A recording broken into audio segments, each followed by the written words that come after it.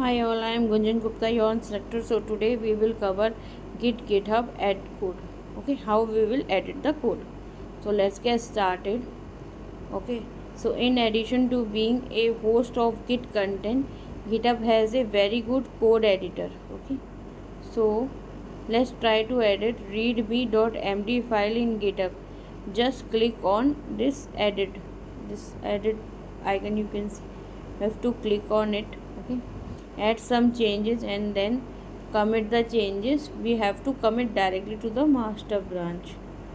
Okay, so whatever changes you have made, and then you have to commit.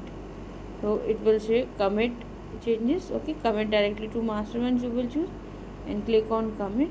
Okay, so this everything will be committed to GitHub.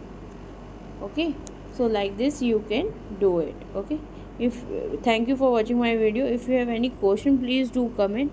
Please subscribe my channel, do like my video and do share. Thank you. Bye bye.